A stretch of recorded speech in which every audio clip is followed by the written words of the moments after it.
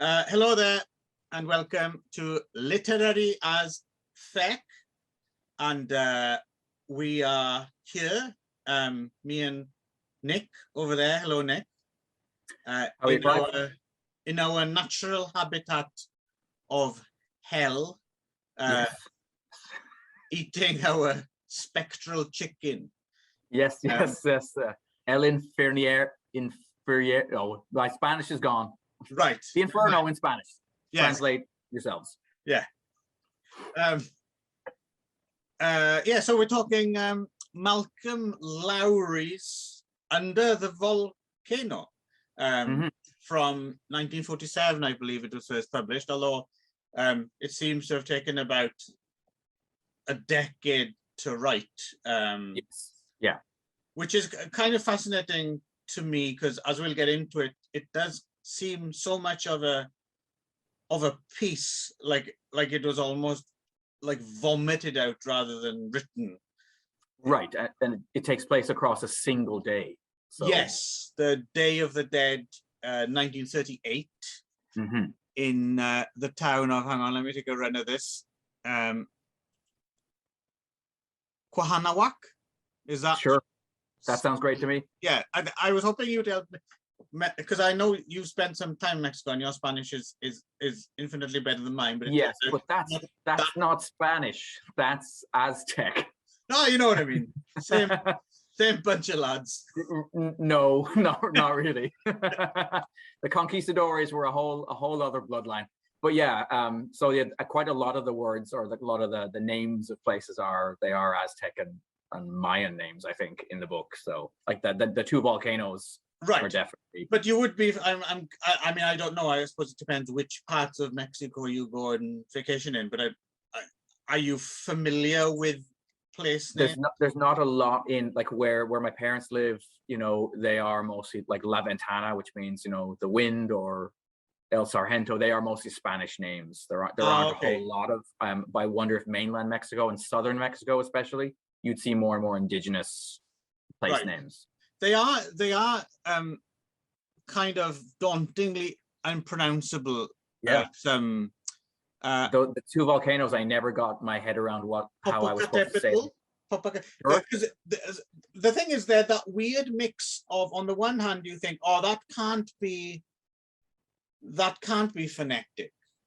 So you think there's like there's a clever way of saying it, like in the Irish style, where there's an M and a P and an F, but it's actually Bob, something like that. Yeah. But they do seem to be fair. I mean, as long as you kind of you're getting close. I think Quahanawak. It's like, what's the cue, the winged serpent? The winged serpent, yes. Quetzalcoatl, yeah. So I think we shouldn't be too intimidated. I mean, we did wipe them out, so Oh, like you and me? No, to be fair, we're responsible for the conquest of Mexico. That was a hell of a holiday. Yes, yeah. We came back all blood spattered and gold under our arms. But yeah. No, I feel like we can put that firmly in the laps of the Spanish.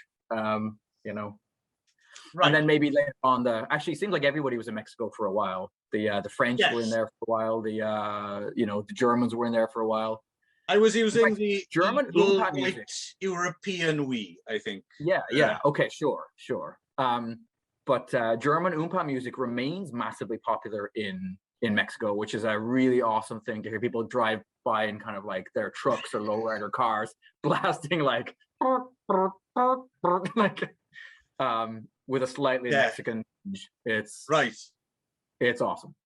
No, that sounds good, because Oompa music as well is I mean, I can imagine listening to maybe 2 or 3 Oompa songs in a row, but a whole album or CD, like the greatest Oompa songs of all time. I'm not sure if I could handle.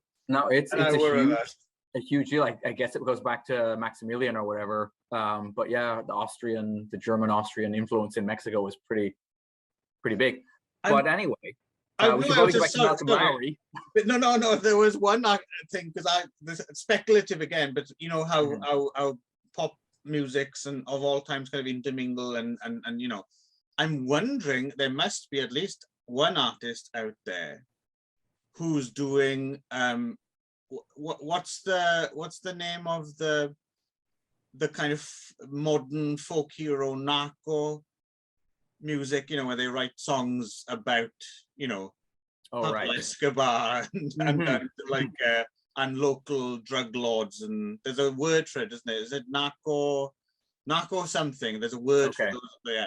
So I'm wondering if anyone's doing oompa. Oh, probably.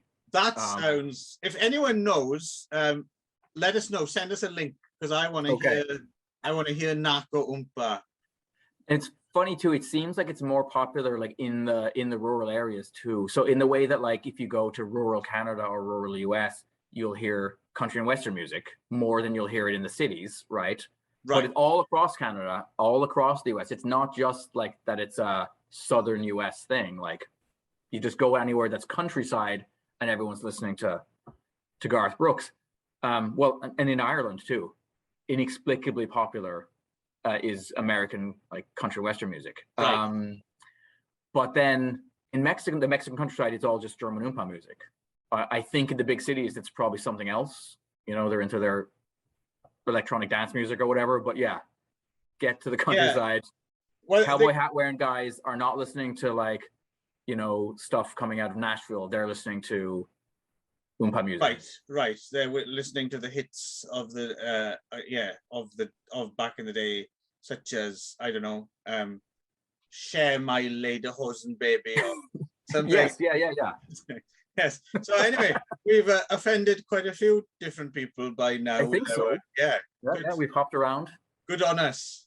Yes. So let's get back to the book then. Yes, yeah. Malcolm Lowry, an Englishman, apparently. From nearby Liverpool, New Brighton, I believe. Okay.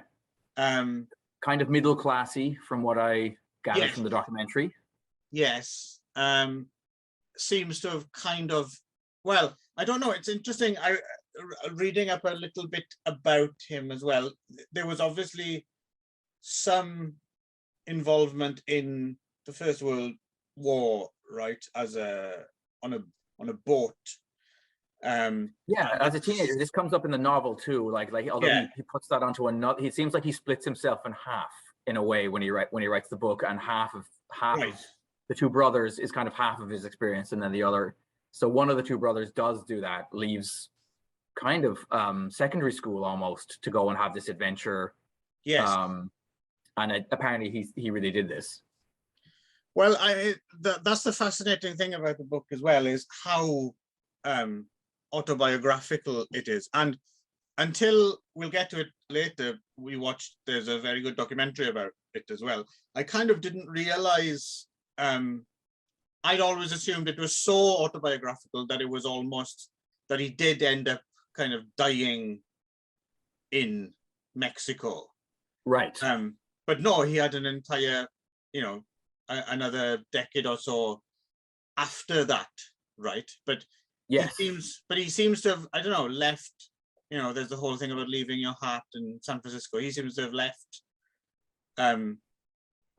He seems to have, like, I don't know, left a part of him behind or something. Like, yeah, the book feels like an extended suicide note, and then he just hung around for 20 more years and then killed himself.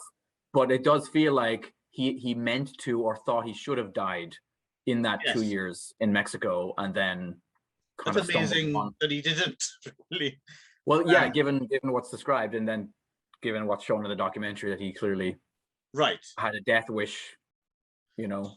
So just to kind of, I mean, it's an odd one to summarize, and we'll after I do a bit of a bodge of it here, I'd like to circle back and talk a little bit about something you mentioned when you started reading this to me off air, and then talk about our reading experiences. So I think that's kind of important. So it's, like you said, he's the main, I suppose the main character is this consul, right? This consul who lives, And Jeffrey Furman, although he's almost always just called the consul. yes, which is kind of confusing as well. And then you've got Hugh, right, which is the brother, and then this Laurel, the film director, right, guy, and then crucially Yvonne, who is Furman's ex, who's kind of semi come back to him, although clearly he's a nightmare to actually be around, right? I mean, this is a man who sobriety is just, it's sobriety seems to be to him to be only half drunk, like which to is to be able to maybe walk and be sort of functional, right. And it's like you said, it's the last day of his life and the Day of the Dead, 1938. Not as much made of the Day of the Dead, like the kind of trappings as I expected. I thought there'd be a lot more, especially because the book starts a little bit with that, with these processions, and I was expecting a little bit more of that, but surprising how little Day of the Dead stuff is in it. That's true. What just jumped out at me more was just, and if you have a chance to go to Mexico, particularly to rural Mexico or small town Mexico, there is like death is omnipresent in this really interesting way that it's not, for the most part, in Canada. But what that, I don't mean like people getting murdered or anything like that. What I just mean is like, you will see cows just dead in the street. You will see vultures everywhere, picking on kind of carrion. You will see, you'll see sharks pulled up onto the beach and gutted, like in that documentary. But, depending on the place, I mean, you go to Juarez or something, you will see dead people. No, for sure. Yes, you can find this. Yeah, no doubt. But I did find when I was there, I was like, wow, you really feel like you're part of that circle of life, and especially I think when you're a pasty white Irishman in that desert, kind of with the sun beating down and the vultures actually circling over your head, you're like, I am 12 hours from being a stripped carcass. The only comparison I could make was when I was in India, in Banarasi, on the edge of the River Ganges, where, if they can afford it and they can transport it, almost everyone in India wants to take their dead to burn on the edge of the Ganges and throw the remains. And depending on how much wood they can afford, you're either throwing ashes in or there's, body parts floating past you. And it's like there's at least 3 or 4 funeral pyres going 24 hours a day as well. In the middle of the night, you look at, there's like a guest house, you look out your window and there's corpses burning. But there's also, women washing clothes, kids kicking footballs around. So like you said, that same feeling of, oh yes, this is part of the cycle, right? Like, it's not hidden, it's not sanitized, and also there's lots of things that can kill you, or really give you a nasty bite or a nasty sting. Like there's these tarantula hawk wasps that are everywhere that are, I think, the highest on the pain index of anything, like any venomous thing. They won't necessarily kill you, but they'll really hurt. And then there's crosses everywhere. And this is fascinating to me too in Mexico, is like you'll be on a road that's just a straight, that will disappear into the distance, a direct straight line, and every 2 miles there's a cross, and you're like, how are people crashing and dying on this road? But the reason is, I remember being at a party thrown by one of the local like beer, either Tecate or Dos Equis or one of these. They kind of, they'll come to your local town and they'll throw a party and there'll be tons of beer there, and they'll have these 16 or 17-year-old Tecate girls or Dos Equis girls in like halter tops and like hot pants, dancing with like the locals on the beach. And at the end of the night, I remember the police helping guys too drunk to walk back to their cars, like there you go, like patting them on the back, like good luck. And I was like, oh well, that's why there's crosses dotting every single highway in Mexico. Yeah, drunk and remembering the halter tops, one-handed driving maybe. Exactly. And, yeah, disaster. Distracted driving in the extreme. And I also, the last thing I'll say, I remember also driving with my dad. I'm in the passenger seat. He's driving.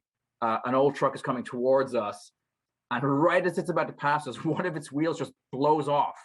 Wow. And I don't mean like falls off.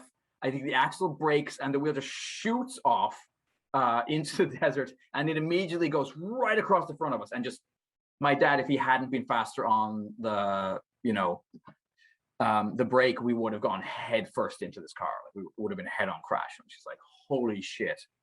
But that's Mexico. That's why it's awesome to be in Mexico, because you feel like you're alive. Right. Yes, because you're surrounded by death, I guess. Death. Yeah. You do get a sense of that from the. I mean, there's a fertility in there, isn't there? In some.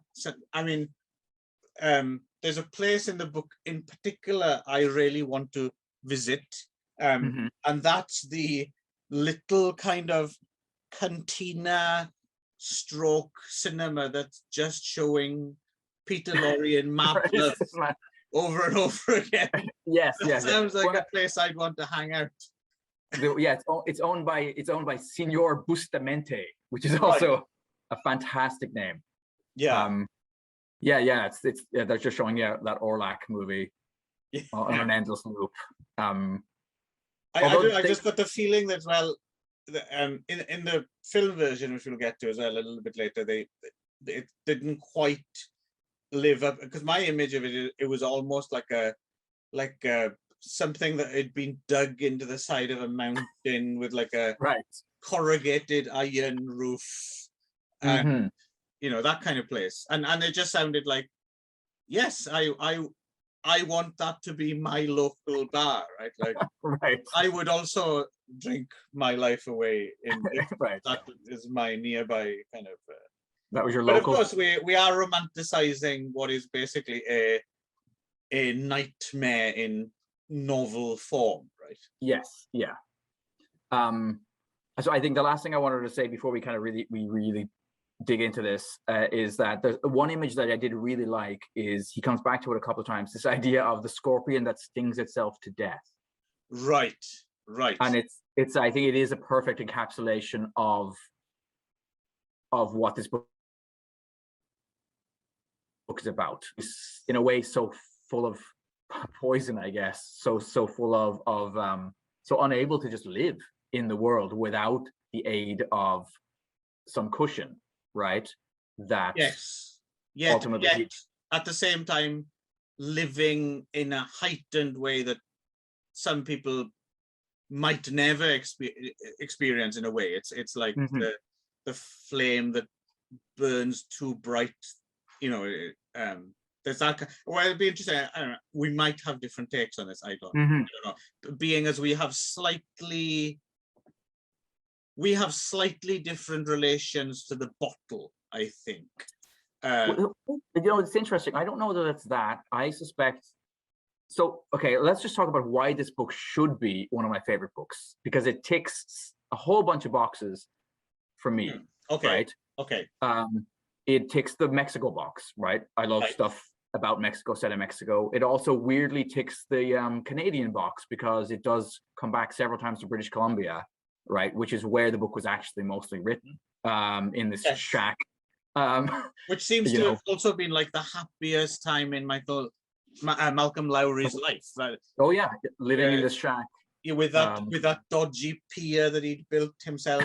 They mentioned in the every now and again we'll get more to it later, but just so people know what we're talking about, there was a documentary made in 1978 called by the National Film Board of Canada, who have kind of it's interesting, they mentioned it in the doc as well, that is he a British writer, is he a Canadian writer? They kind of embraced him, right?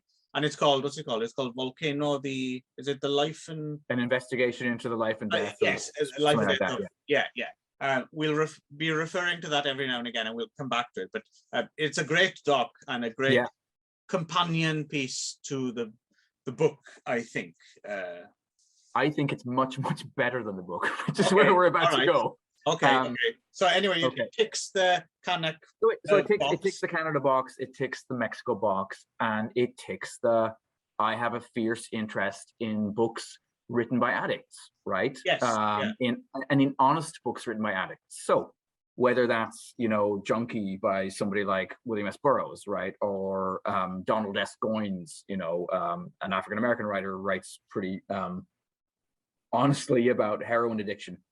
Or you know, the Jack London book, John Barleycorn, is a I think a fantastic book about somebody's lifelong, you know, gripping issues, right? Charles Bukowski, as you well know, is one of my favorite writers of prose and poetry. You know, The Gambler by Dostoevsky is one of my very favorite books, and it's a book about addiction, right? Right. My Secret Life by Anonymous Walter, right? And his lifelong sex addiction. You know, Peep Show, which we might talk about on a different show at some point, is also about somebody struggling with addiction. Those stories are my bread and butter. I don't know why, and I think it's primarily the prose itself. I found this book very, so this idea of flow, right? You know, when you get into something and you lose track of time and you're just completely absorbed in the story or absorbed in the work or whatever, I found it extremely hard to consistently experience flow with this book. I was being distracted or pushed out, or something about, I was always on the surface, and it was strange because it's been a while since I've really worked hard to stay focused on a book. But I did notice that the one really unflattering review of the book on its Wikipedia page, have you seen the Wikipedia page for Under the Volcano? Are there reviews on Wikipedia? Oh, I suppose. Yeah, like they often do, like, you know, they'll have reviews by, you know, the Guardian of the Times said this, or, you know, and it's it is uniformly considered a masterpiece, like one of the top 100 books of the 20th century, you know. But the one that jumped out at me, it's on Le Monde's list, right? Of and Le Monde's list, I've always noticed, is like you see the other list, top 100 books of the century, and it's stuff you kind of expect, and then you look at Le Monde's list, and it's always like really hard to read, kind of obscure philosophical works, you know. Right. So Under the Volcano for Le Monde is a real page turner compared to the other stuff on that list. There's probably a lot of Celine on there, because I know you're a fan of Celine more so, but some of his stuff is not the human being. We should definitely establish that. But no, but some of his stuff is you have to work to get in. It's not like I'm any stranger to occasionally having to spend 50 pages of a book just like at hard graft, you know. But I did. So this is a review by Charles Bukowski. Oh, okay. Interesting. I yawned myself to shit. It has no pace, quickness, light, sunlight, juice, or flavor in the lines. Okay. And unfortunately, that is kind of where I came down. I read it beginning to end, but it was a slog most of the way. I was interested in specific little pieces or specific little scenes, but then I was pushed out again. And I wonder if there's a couple of things that might be going on. One is, it's not first person.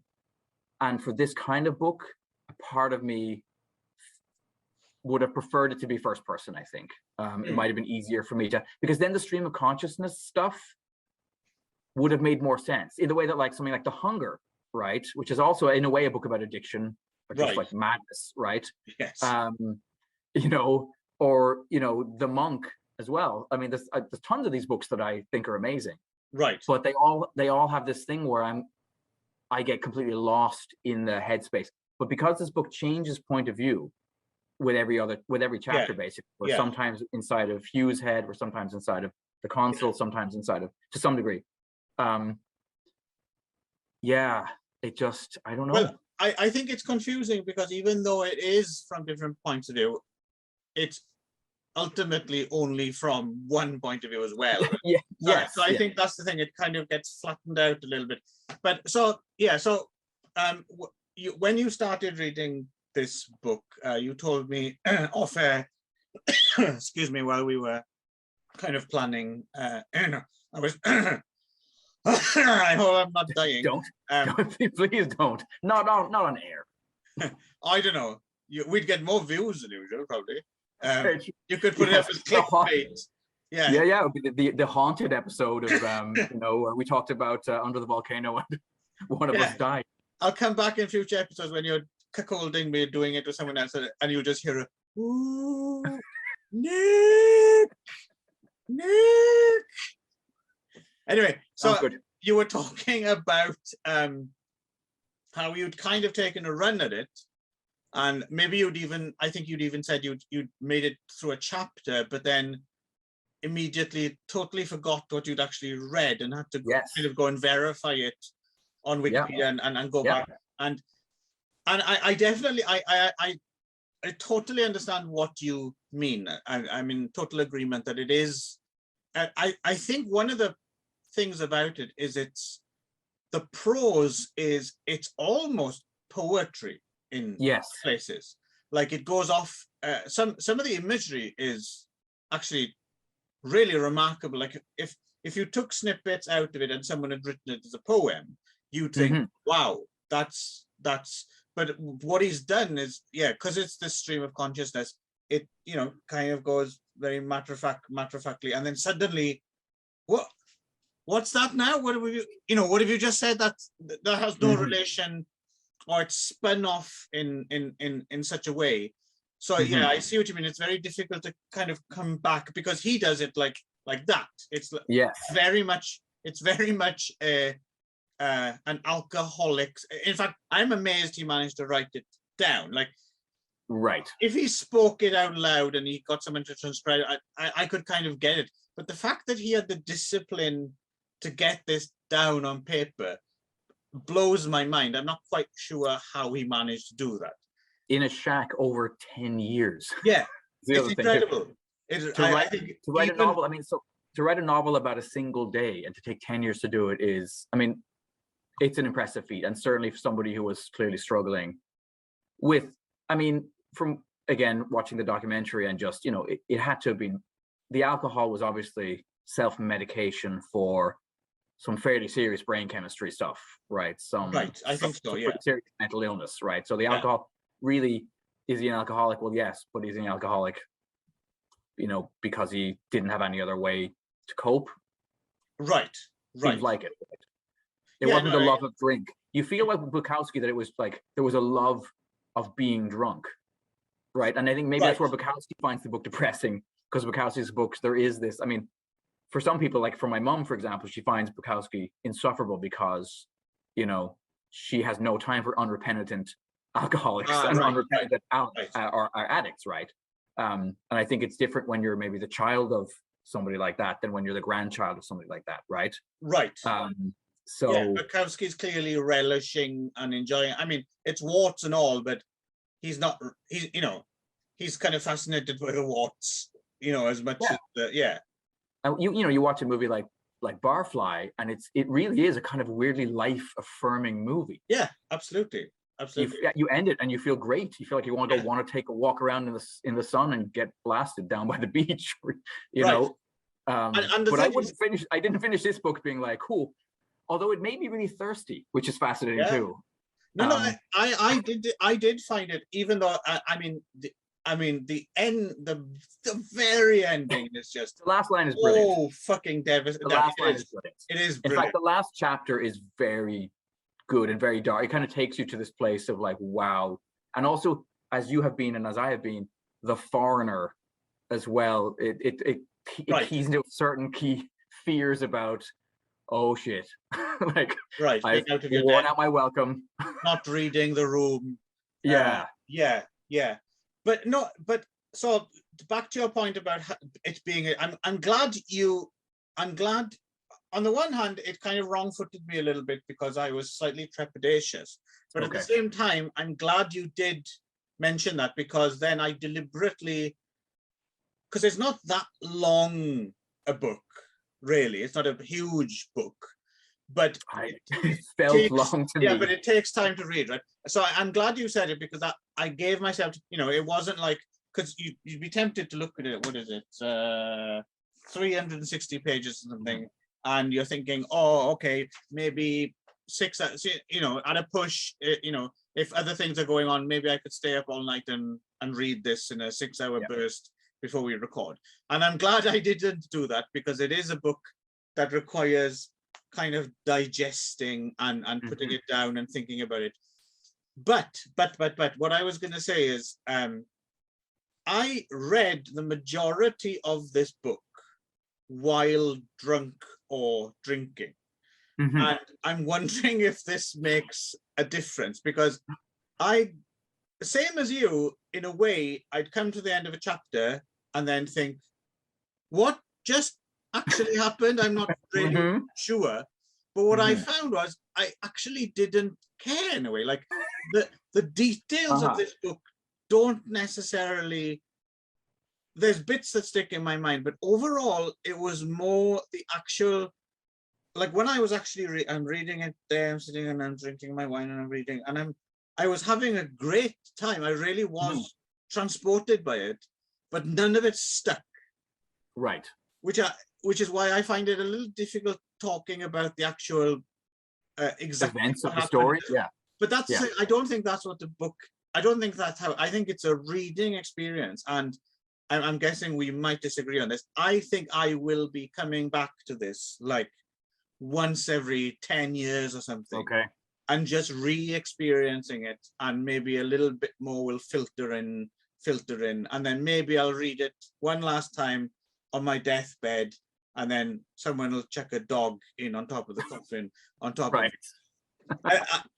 This is a book that I know what you mean. It's like the character, in a way, is so difficult to love. Yes, yeah, it is pushing you out all the time. But she can't, or she clearly can't help from loving him, right? The Yvonne character.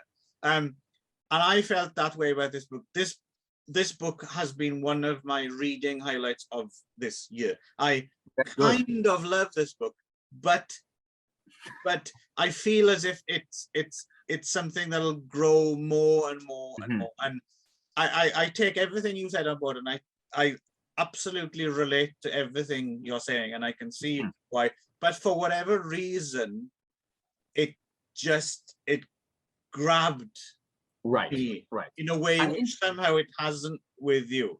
Well, in fairness, there are pieces of the book that would be certain, like there'd be certain chapters or pieces of chapters that I thought were wonderful. Like one of my favorite chapters is the one where he's just wandering around in his garden, and then having this weird interaction with the next door neighbor, who's an American guy.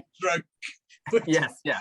But he's hidden a bottle of tequila out there, and that whole thing was fantastic, right? And to me, because obviously I have images of my parents' garden, which is that kind of full of bougainvillea and all full of wild cactus and stuff, like that's a Mexican garden. And that's what my balcony is like. My balcony is covered in cactuses and shit, and so I felt as if I was, reading in his garden as well. Nice, yeah. So I mean, so the images of Mexico, as I said, were wonderful. And then the last chapter I thought was really, really effectively dark, and as I said, like it had a real kind of there was a real power there. And there was the part where they went to watch the bullfight or whatever it was, the anointing of a bull. Yeah, I forget the name for it now, but they change it into a bullfight in the film version. Okay. Because of course they would, it's John Huston, right? Well, yeah, and my feeling is kind of like, but that starts to edge into Hemingway territory to my mind, which this book is not. Like I'll give it that. So I'm not a big Hemingway fan either, I have to say. Neither am I, actually. I mean, I've read bits. I've never read, for instance, The Old Man and Sea. No, me neither. But that's supposed to be the one he killed himself because it was so crap. Oh, okay. That's my understanding. That he was upset. I've got a handle on him, and I kind of understand how he changed fiction for some people in a way. And in a way, he's one of. I'm sure there were. If you dug into it, there's probably people before him, but he's one of the godfathers of the stripped down just the facts man prose, which we love, both of us. Yeah. So I appreciate him more than I enjoy reading him. I like it. Yeah. Yeah. And I think some of the swagger is a little bit like Okay. All right. That's enough of that. Yeah. I know what you mean. And John Huston the same, right? I mean, yeah. They're lucky they lived when they did, in a way. I mean, toxic masculinity. Yeah. when it was a positive. But yeah, maybe we should touch on both the documentary and the movie, because I'm interested in the movie as well. Because here's the thing, what came out of this for me was that, and it's not that I hated the book, it was just that I have a hard time imagining I'll be coming back to it anytime soon, in a way that I will happily come back to all the other books that I mentioned earlier in our conversation, right. All of the other books by addicts. But I could see myself watching that documentary several more times. Oh, absolutely. Even though I do have some...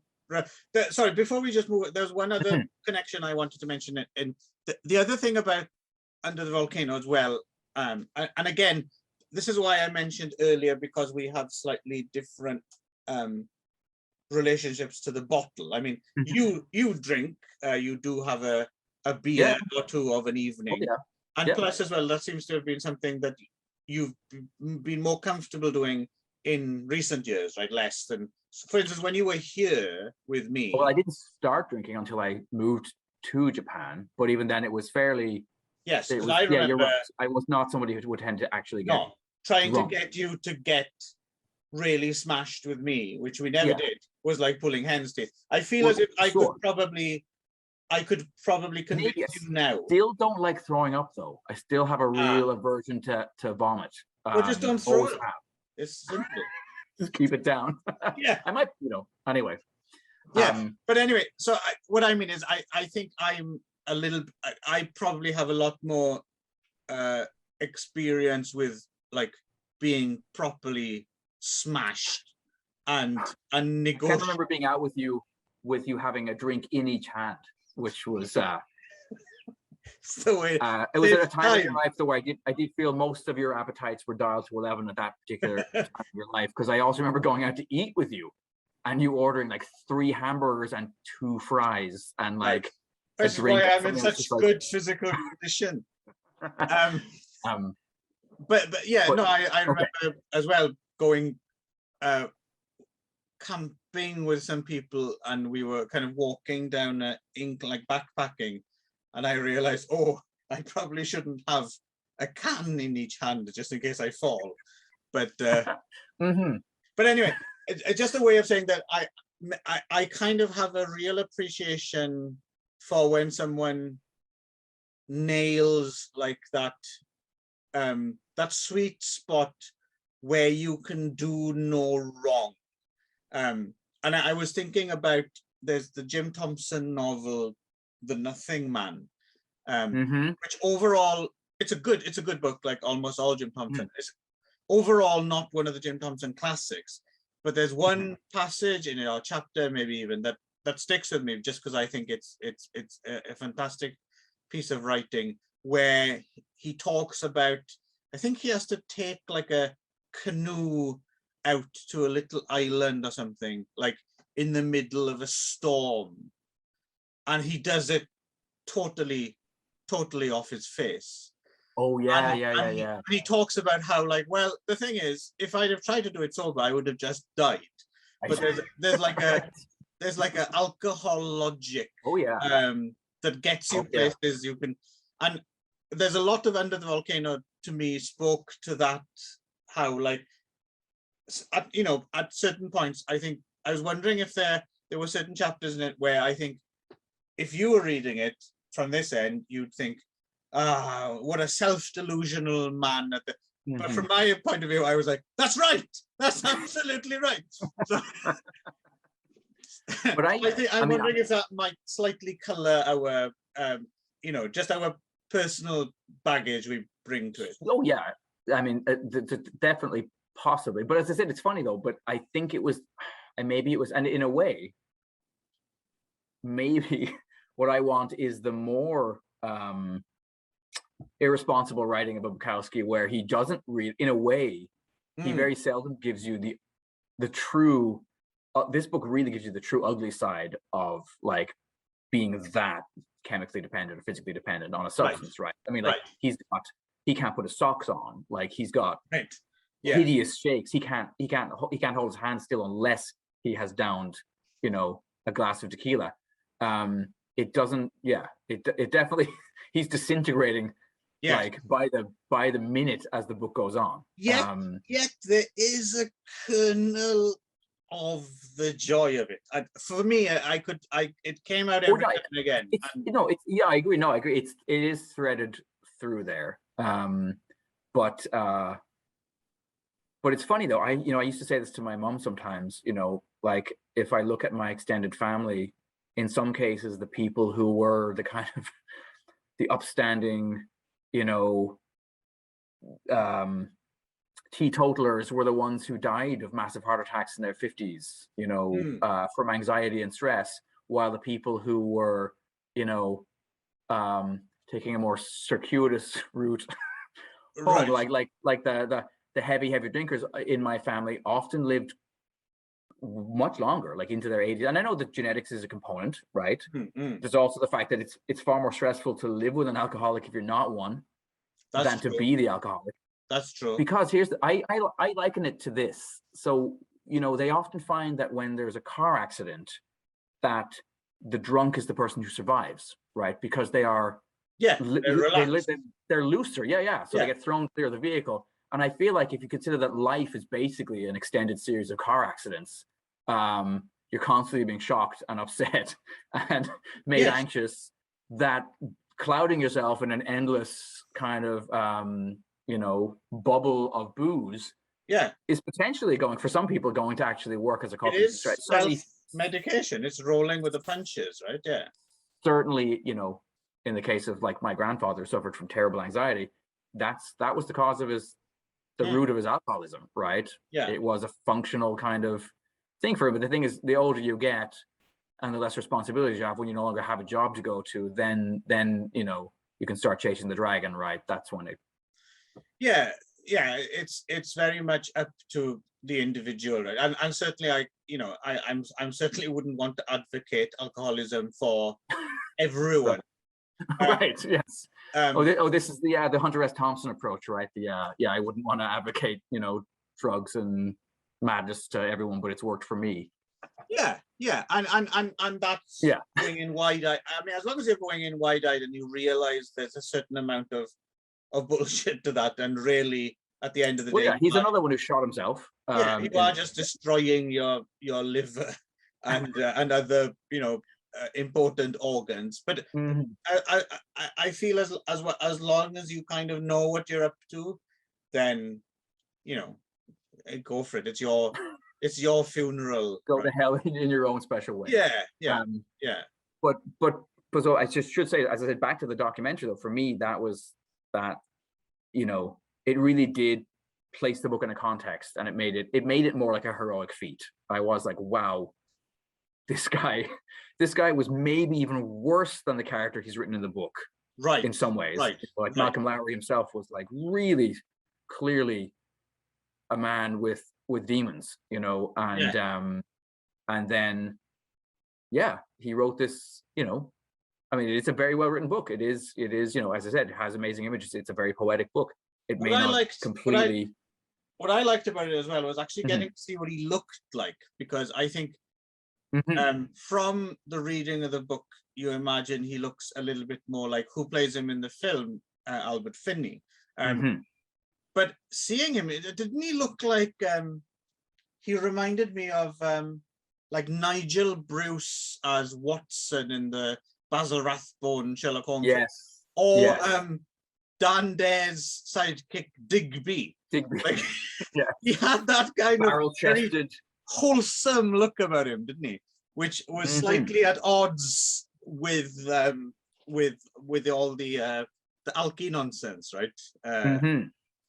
Yeah, for sure. And then the fact that he was sort of you know, an object of great affection for gay men was interesting too. That there was this kind of element where they kind of going right back to his college years, right? They talked about that, but then consistently, like that his wives were always concerned that he was constantly attracting a lot of male attention, you know. Yeah, but he was. I mean, certainly in his younger days, he was a good-looking, muscular, strapping, I believe, square-jawed kind of, strapping, I believe the phrase is, right? They would used, yes, and he was kind of a bit of a protege in, when he went off. Originally, he was kind of like the local hero, done good and all that, and but obviously someone who didn't wear that lightly, right? Who didn't wear the cloak of heroism or whatever lightly, right? He was clearly just. I get the feeling he was. I don't know if anyone's ever. So there's a lot of books being written about him as well, which none of which I had a chance to read for this, but I would, and I sense as well that even though you didn't necessarily get on with the book so much, I think you would probably be quite interested to read more around Malcolm Lowry, right? I get the feeling he was one of those people almost like from the get-go, like you said, the alcohol was a reaction to something rather than it was the alcohol that made him the way he was. So it would be very interesting to read more about the doc's good, but the doc, I thought the doc was brilliant as well, but it is the kind of doc that I think you wouldn't make anymore just because they crank, there's a slight element of slumming it to it. Oh yeah. Like they really crank up the street derelicts footage and like for no good reason, to be fair, a hunchback in a swimming pool. That's like has nothing to do with and borderline offensive if you're trying to like connect. But I have to say, as a piece and with the soundtrack and everything, it really works. It's a great piece of work and puts you in mind. I suppose the one thing it's lacking a little bit, I suppose, is that. Well, no, actually, I was going to say it lacks the kernel of joy of, and it's just all dark and grim.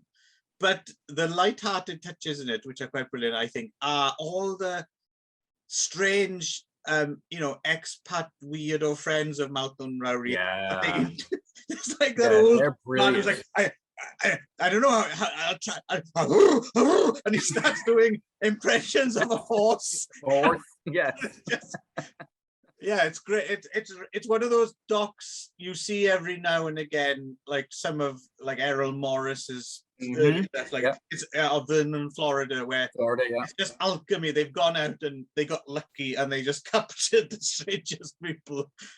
Yeah, no, and the imagery. I mean, it has that, as you said. I mean, part of it is that they do just go out to obviously the Lower East Side, and they went out to. I mean, in Vancouver, famously, it's very easy to find the kind of Bowery, it's still there, area. But like even just like the nightmare images of the horse in the carousel and that weird faced woman thing. Like it was just like they chose the images really, really effectively. And also I think it really did conjure up these three different zones of his life, like the British part of his life, the Canadian part of his life, and the Mexican part. Like I thought I was thoroughly impressed. No, it is a great doc. I also felt quite bad. There's like one brief mention when he was at public school or something, and they mentioned that at bath time all the boys made fun of his small penis, and I thought, that'll do it, you. Yes, yeah. That might be it right there. Yes, yeah. Because when you're a bit older, it's fine if you were in your 40s, 50s, you go to a public bath, and I mean, men don't do it in general. It's a kind of taboo thing. But if anyone did point over and go, "You've got a small cock," you'd just But at that age, it would seem like the Earth's about to be hit by a meteor, right? That you would be endowed, right? Oh yeah. No, for sure. Yeah. That was. I mean. Yeah. So my heart went out to him at that point. And then I was really interested too, like the couple of interviews with his brother, where he just kind of, where apparently he just seems to have cut off all relations with his family quite young, like in his early 20s, and just was like, that's it, except that he lived off of their money to some What did he call him? A remittance man, right? And he was just, and then basically that. Exactly. That the dad was just like, just stay out of the country, please. Don't embarrass the family. Also fascinating that they interview his widow, right, Marjorie Bonner, who pretty much typed up all his manuscripts. Yes. And was a former Hollywood starlet, and she's a great interview subject as well. Oh yeah, and she seems to be. I mean, I assume that's the interesting thing, because the actual wife that he was in Mexico with, he had before he met her. Right. But the character Yvonne seems to be a composite. Yes, absolutely. There was one specific thing in the book, and she talks about it in the doc, and it doesn't even seem as if she's put two and two together. But I was thinking, wow, this is Yvonne speaking right now.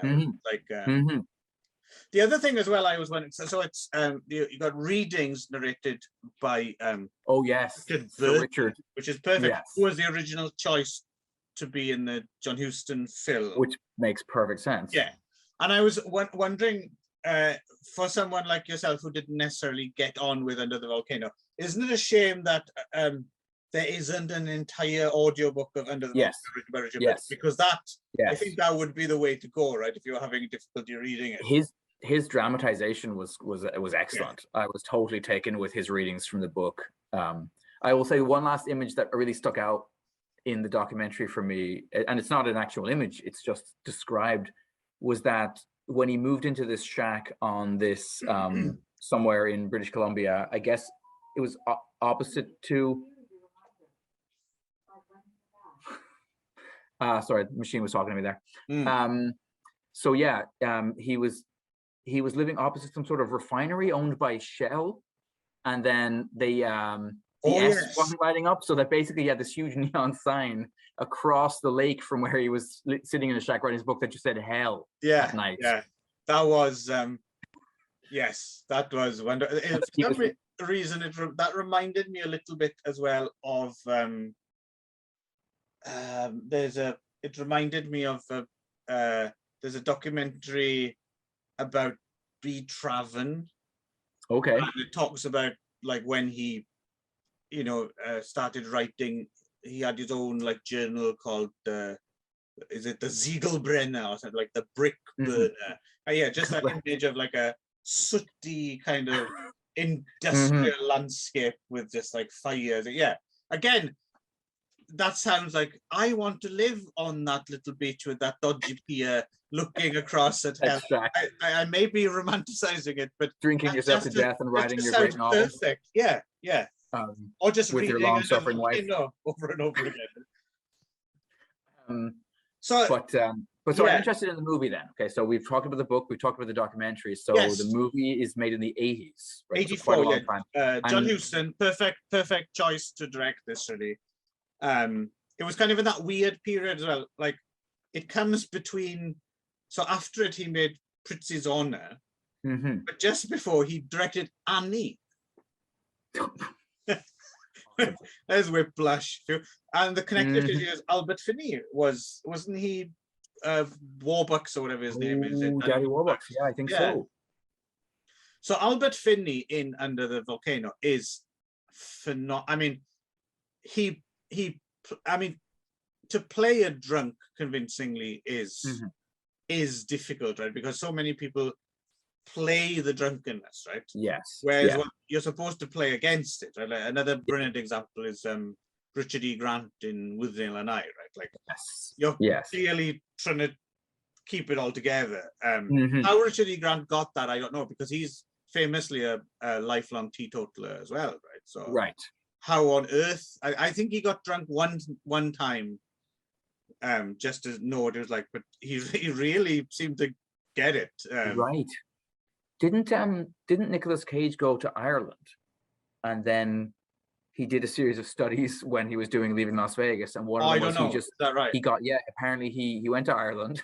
Where else would you go to study being a drunk? And but he went to some pub. You're allowed to say that. I'm not allowed to. I know. Yeah. He but apparently he got paralytically drunk and had somebody film him the whole time so that he could then recreate what so he could do his best to recreate. But yeah, he got completely fucked drunk. Thank fuck he didn't do Leaving Las Vegas in an Irish accent, because I love Nicolas Cage, but accents are not his forte, are they? Nope.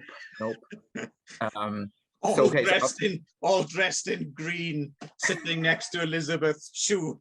Like, yeah, dressed in Warwick Davis's leprechaun costume. Right. But it's a little small, huh? But who plays Hugh? Is there anybody famous or Anthony Edwards? And they've conflated Hugh and Laurel. Okay. And Yvonne is Jacqueline Bisset. But okay, everyone's pretty good in it. But Albert Finney, man, because like I said, it's difficult to play drunk well, but he not only does drunk well, he plays absolutely paralytic, like it's a remarkable performance. He somehow he nails that line of, like, he's not acting drunk, he's trying his best not to be, but he's also, the way he slurs his words, and it is okay. You'd think he would have just got pissed before every take, which I don't think is the case. I'm pretty sure Albert Finney is not a stranger. Method. Yeah. Right, but not necessarily a method actor either. No. From Salford, incidentally, Albert Finney. Okay. Yeah. So I was going to say, a lot of, apparently before the movie was made, a lot of people said this is a movie that can't be made because it is a fiercely interior book. Yeah, no, it's. I mean, I wouldn't say it's not a classic, and it's not one of John Huston's classics, but it is a very good film. I was surprised it's a solid film.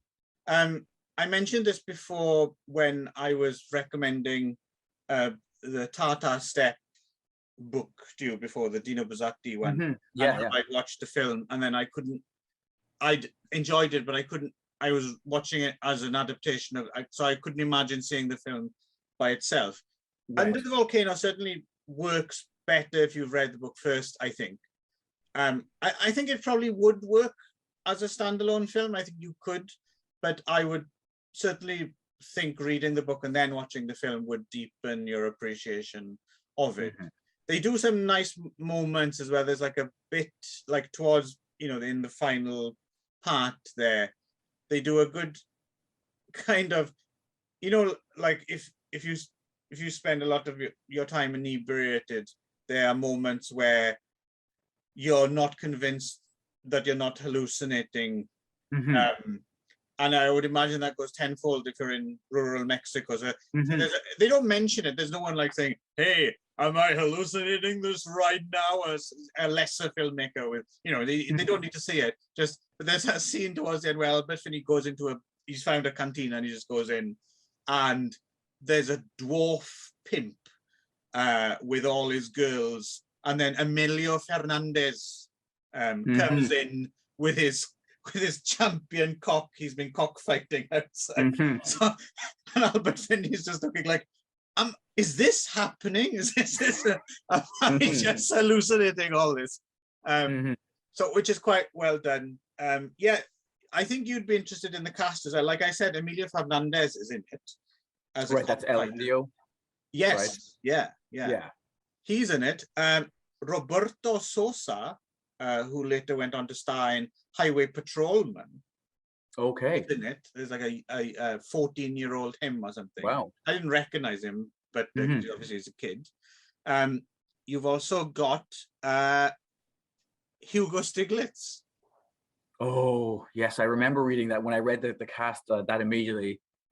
As like some kind of weird Nazi kind of... It's something they mention a little bit in the book, but they bring out more in the film. The fact that we're getting back to the Oompa stuff is... Right, World War II is about to break out. Yeah, and there was this kind of weird, I don't know, spy network where they were trying to kind of test the waters to see if need be, if Mexico could be brought in on... Yeah, kind of a proto-fascist. Yeah, kind of a thing going on, There's a lot more of that in the... it's more prominent in the film. But then again, having said that, the other advantage of watching the film is, like I said, because the book just kind of went past in a blur, it's kind of in some ways, maybe it was in the book. I just didn't remember it. And yeah, it is a thread, but you're right. But it does get swamped in everything else. But there is that thread because Hugh has been in Spain fighting with the international brigades, and then at the end that kind of all blows up in the consul's face when he gets accused of being a member of the FAI, which is the Federation Anarquista Iberica. And I did forget. I was just to say, long-time viewers of this show would remember from George Orwell's Orange to Catalonia. Right.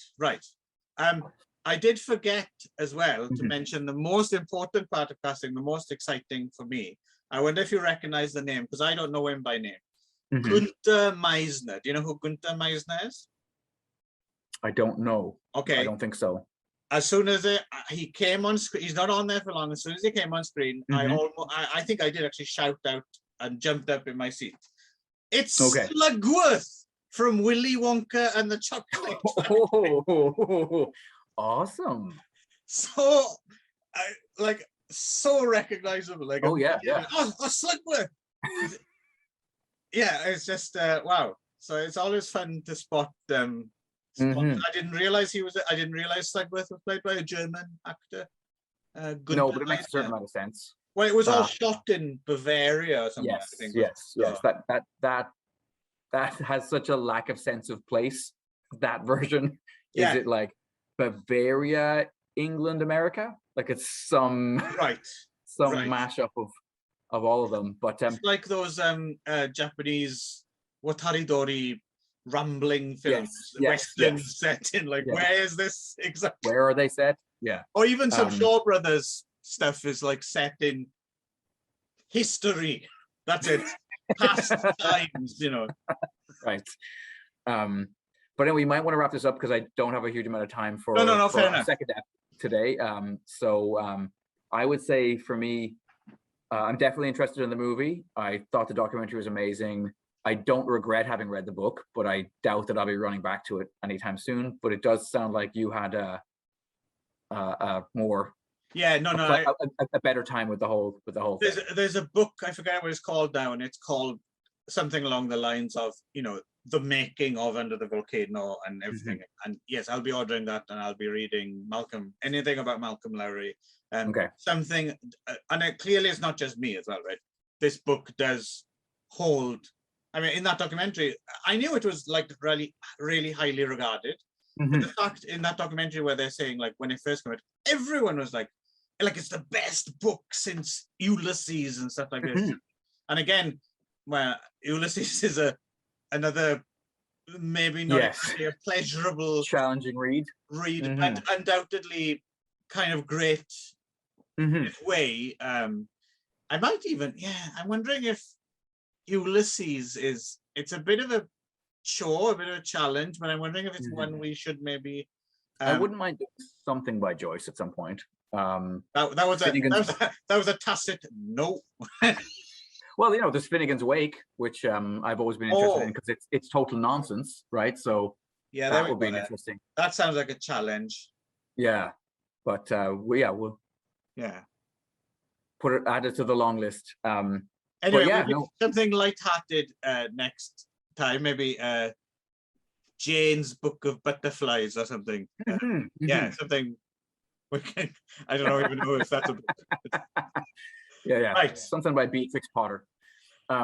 Let's go then. We're rambling. I have Mescal to drink. Yes. They grind up worms and make them into salt. I learned that. There we go. All right.